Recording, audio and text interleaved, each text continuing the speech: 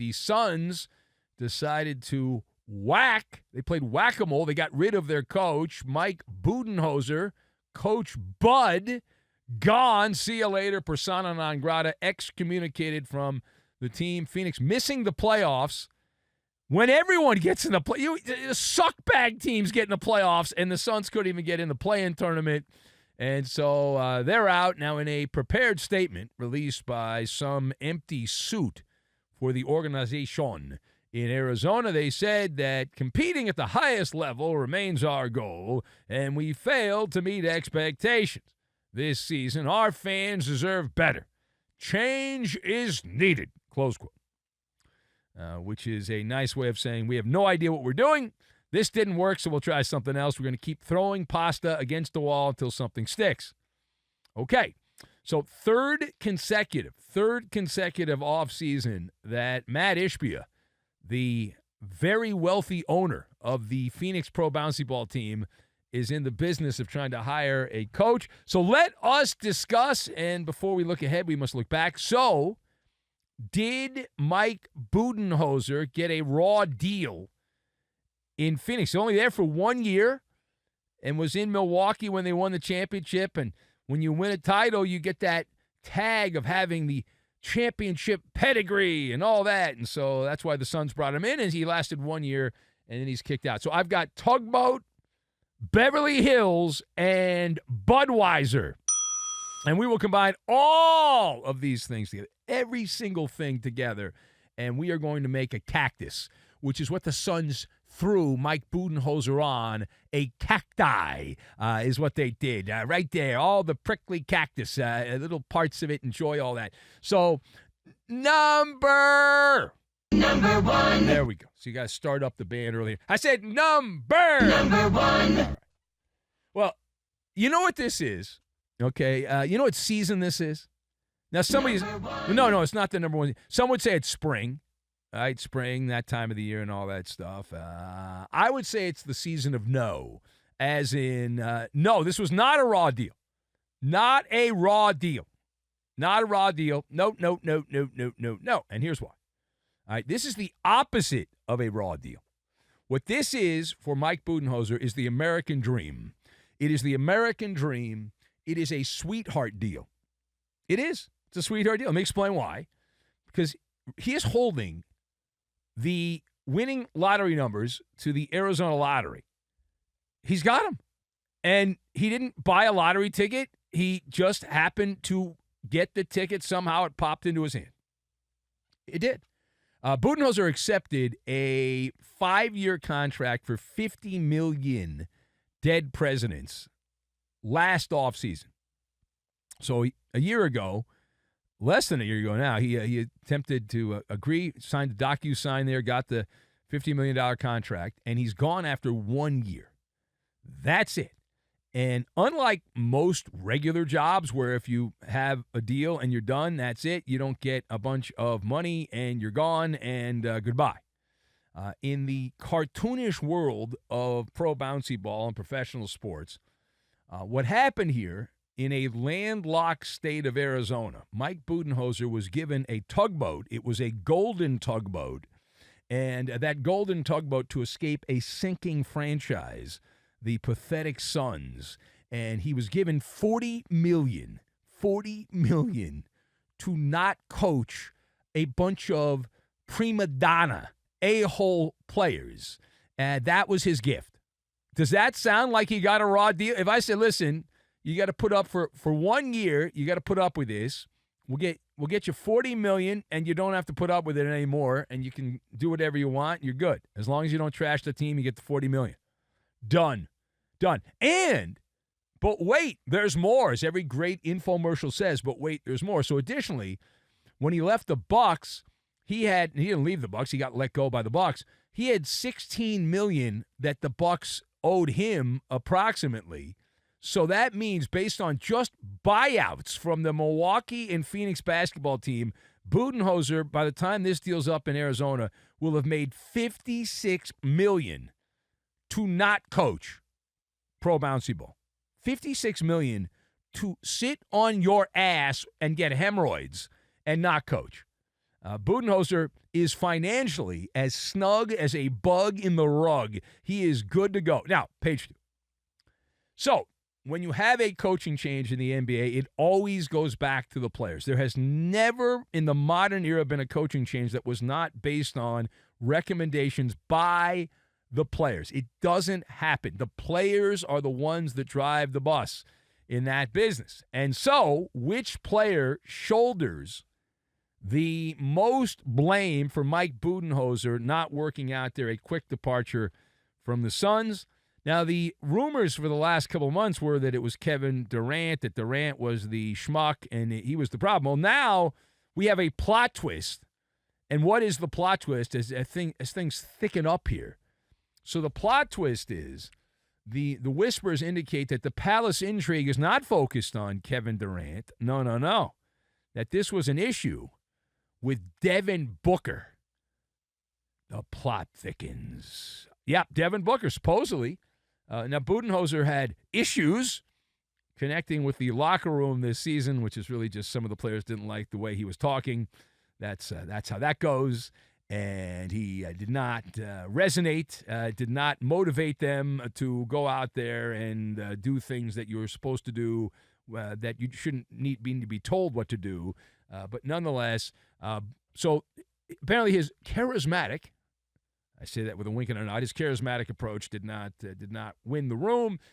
So Budenholzer's main flaw, the biggest issue, the Komodo dragon in the room for Mike Budenholzer, was his inability to get on the same page with Devin Booker. And he had the chutzpah, as my grandfather used to say, the chutzpah to try to tell Devin Booker to ixnay on the talk A, just tone it down a couple of decibel points. Just tone it down a little bit, and we'll be good to go. And you would have thought that Mike Budenholzer had said, why don't we cut off your right foot? And that'll make the team better. And Devin Booker said, I like my right foot. I don't want to get rid of my right foot. I'd like to keep my right foot, so why don't we not do that? And then there was a problem. So there you go. And it does remind me that this cartoon image in my head, it's not a cartoon, it's actually a real movie. There's an old movie, Beverly Hills Cop, back in the day. And I think of that when I think of this. Like the coach of the Suns going up to Devin Booker, say, hey, I'm here. I want to make this thing work. I just need you to not talk that much and kind of tone it down a little bit, be one of the leaders on the team. And then Devin Booker's like the character Eddie Murphy in that movie, the old movie Beverly Hills Cop, and he physically blocks the ears with his fingers and says la la la la la la la la la la la la la. I can't hear you. La la la la la la la la la, like that, just like that. There you go. And Devin, you are what your record says you are. This guy's one of the epic coach killers in the NBA. Is there a bigger coach killer? We talk about LeBron James as a coach killer, but Devin Booker, not in a big media market, but Devin Booker, you talk about toxic if you're a head coach. Holy crap. Oh, man. If you're even in the same room with this guy as a coach, you're in jeopardy of being fired with Devin Booker. My God. It's unreal. The math on this, 7 coaches in 10 years. And most of the last part of that, 7 years or so, Devin Booker's been a headliner for the Suns. And so he's obviously somebody who's not easy to work with. And it's one of those things, like your main job as a coach is just to lick the toes of the star players. That's how you keep the job. Coaches are completely irrelevant, yet they make – it's such a weird juxtaposition in the NBA. Because everyone agrees coaches don't matter. They don't do anything. Yet they get paid $10 million, in some cases more than that, per year.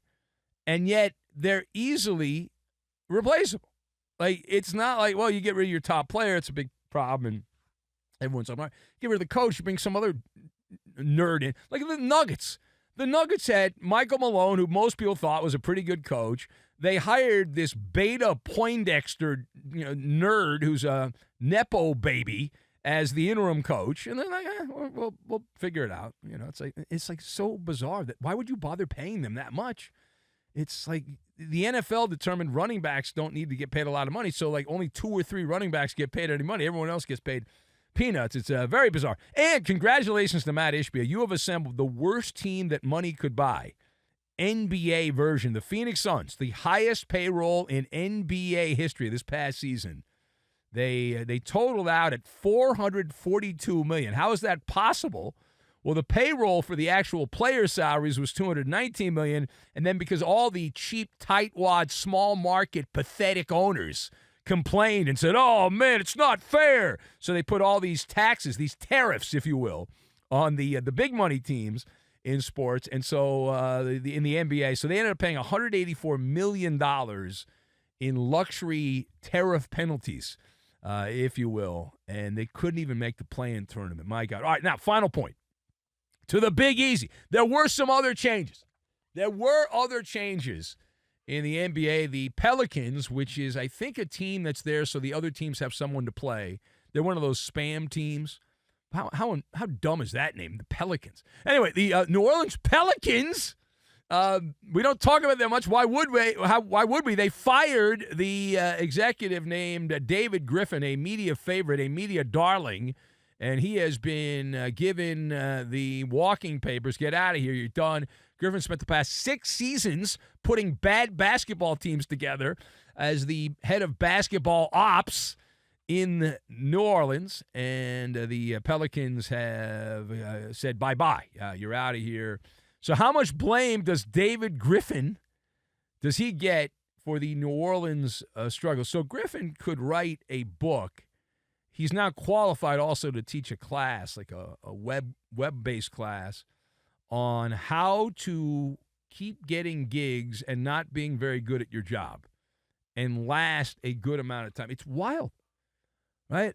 Griffin failed horse trading 101 long ago. He allowed Anthony Davis to trade himself to the Lakers. That was under the Griffin watch. And then the winning of the lottery, well, sometimes be careful what you wish for. The New Orleans Pelicans, remember, they won the lottery, and David Griffin thought that the team was drafting a thoroughbred that could win the Triple Crown or at least the Kentucky Derby. And instead, they ended up drafting a player who is much more like a Budweiser Clydesdale in Zion Williamson, a Clydesdale with 3 legs. And there you go. What an enigma. What an enigma. Now, I don't have an issue with them drafting Zion Williamson. I would have done the same thing. The issue is you knew the guy just doesn't have it, that he's lacking that je ne sais quoi, whatever that is. He doesn't have it. He's just not into it, and he's never going to be that guy. And you signed him to another deal. You signed him to an extension when you knew you had a problem. You doubled down on the problem, and that's malfeasance is what that is. That's embarrassing. And drafting Zion Williamson was not, again, the issue. But the fact that you tied yourself to that anchor, that's the issue here. And again, Griffin's one of these guys, much like Daryl Morey in Philadelphia. He's got a lot of opportunities because he's a bit of a carpetbagger. He's got the good personality and all that. He's a lousy executive who, when you think about his career, he was in Cleveland for a while, and you talk about being the beneficiary of circumstance. He was the GM. LeBron went back to Cleveland. Does anybody raise their hand? Is anyone in the building here raise their hand if you think LeBron went back to Cleveland because David Griffin was the GM, or that was always LeBron's intention to eventually go back to Cleveland? And these two things are not related. Yes, exactly. And so now they're going to bring in some other jabroni, whether it's Joe Dumars, who's the early favorite, or somebody else. And the first thing that person will do is get rid of Zion Williamson. They'll be like, all right, this guy blows. We'll get rid of this guy for pennies on the dollar. And a lot of dollars. All right, it is the Ben Maller Show, and the only reason they paid Zion Williamson was FOMO, the fear of missing out. They were, oh, my God, we got to pay him. If we don't pay him, oh, my God, they had to pay him. Anyway, how'd that work out?